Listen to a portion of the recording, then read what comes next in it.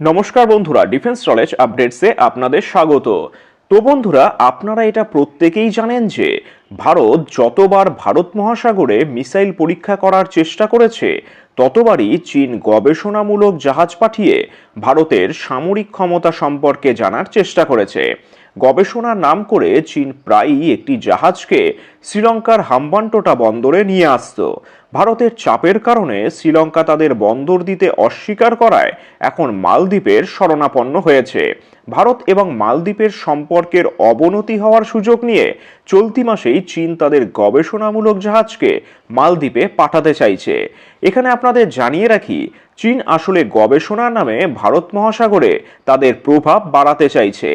ভারত মহাসাগরে চীনের এই গবেষণামূলক জাহাজের গুপ্তচর বৃত্তি নিয়ে বেশ কয়েকবার আপত্তিও জানিয়েছে ভারত, কিন্তু ভারতের এই আপত্তিতে কর্ণপাতও করেনি চীন। এই জন্য চীনকে আর মুখে নয় বরং কাজে জবাব দেওয়ার পথেই হাঁটল ভারতীয় নৌসেনা। আসলে ভারতীয় নৌসেনা এমন একটি কাজ করে দেখিয়েছে যার কারণে ভারত মহাসাগরে গুপ্তচর বৃত্তি করা ভুলে যাবে চীন। যেহেতু চীন তাদের নৌবাহিনীর ওপর বিশেষ গর্ব অনুভব করে, তাই চীনকে সমুদ্রেই উপযুক্ত জবাব দিতে যাচ্ছে ভারত। এখন স্ক্রিনের মধ্যে আপনারা একটি স্ক্রিনশট দেখতে পাচ্ছেন, যার মাধ্যমে এই তথ্য জানা গেছে যে বিশাখাপত্তনমের নেভাল ডকইয়ার্ডস থেকে প্রথম সমুদ্র সফর শুরু করতে চলেছে আইএনএস সন্ধায়ক, যার ছবিও আপনারা স্ক্রিনের মধ্যে দেখতে পাচ্ছেন। সন্ধায়ক শব্দের অর্থ হচ্ছে যে সন্ধান করে। আসলে ভারতের এই জাহাজটি কোনো যুদ্ধ জাহাজ নয়, বরং ভারতীয় নৌবাহিনীর এক গবেষণামূলক জাহাজ। অত্যাধুনিক সক্ষমতায় সজ্জিত এই গবেষণামূলক জাহাজটির প্রথম সমুদ্র যাত্রার সূচনা করবেন প্রতিরক্ষামন্ত্রী রাজনাথ সিং। আর এই জাহাজ তার পথ চলা শুরু করলেই ভারত মহাসাগরে চাপে পড়ে যাবে চীন। এক্ষেত্রে আপনাদের জানিয়ে রাখি, চীনের নৌবাহিনীর চোখে চোখ রাখার এই লড়াইয়ে নৌবাহিনীকে সাহায্য করেছে কলকাতা। অর্থাৎ কলকাতার Garden Reach Ship Builders and Engineers এই ধরনের 4টি গবেষণামূলক জাহাজ তৈরি করেছে। আইএনএস সন্ধায়ক তাদের মধ্যে প্রথম, এবং এই পুরো প্রকল্পটির দায়িত্বে রয়েছে ভারতীয় নৌবাহিনীর ওয়ারশিপ ডিজাইন ব্যুরো। আর এই জাহাজ নৌবাহিনীতে আসার ফলে ভারতীয় নৌবাহিনীর শক্তি যে ব্যাপকভাবে বৃদ্ধি পাবে তা আর বলার অপেক্ষা রাখে না।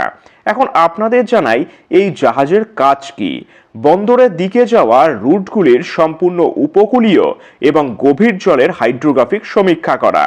এছাড়াও এই জাহাজ শিপিং রুট নির্ধারণেরও কাজ করবে এবং প্রতিরক্ষা ও অসামরিক ব্যবহারের জন্য মহাসাগরীয় এবং ভূপদার্থ সংক্রান্ত তথ্য সংগ্রহ করবে।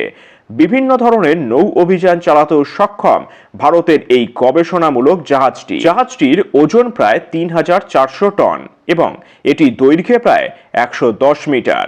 এখন দেখে নেওয়া যাক কোন কোন অত্যাধুনিক সরঞ্জামে সজ্জিত এই জাহাজটি। এই জাহাজটিতে রয়েছে DGPS long range positioning system, digital side scan sonar, গভীর ও অগভীর জলের multibeam echo sounder, under water vehicle, এছাড়াও তথ্য সংগ্রহ ও প্রক্রিয়াকরণের ব্যবস্থা সহ বিভিন্ন অত্যাধুনিক হাইড্রোগ্রাফিক সরঞ্জাম রয়েছে এই জাহাজটিতে। আর সবথেকে গুরুত্বপূর্ণ কথা হলো, এই জাহাজের ব্যবহৃত সামগ্রীর 80%ই ভারতে তৈরি। ভারতের এই গবেষণামূলক জাহাজটিতে 2টি ডিজেল ইঞ্জিন রয়েছে। সমুদ্রে ঘন্টায় প্রায় 30 কিলোমিটার বেগে চলতে পারে এই জাহাজটি। একবার তেল ভরলে সর্বোচ্চ গতিতে এটি 11,000 কিলোমিটার পর্যন্ত যেতে পারে, কিন্তু যদি গতি একটু কম করা হয় তাহলে জাহাজটি প্রায় 26,000 কিলোমিটার পর্যন্ত যেতে পারবে। এই জাহাজটিতে নৌবাহিনীর মোট 18 জন কর্মকর্তা ও 160 জন নাবিককে মোতায়েন করা হবে। নিরাপত্তার জন্য জাহাজটির মধ্যে একটি 42 মিলিমিটার কামান লাগানো রয়েছে।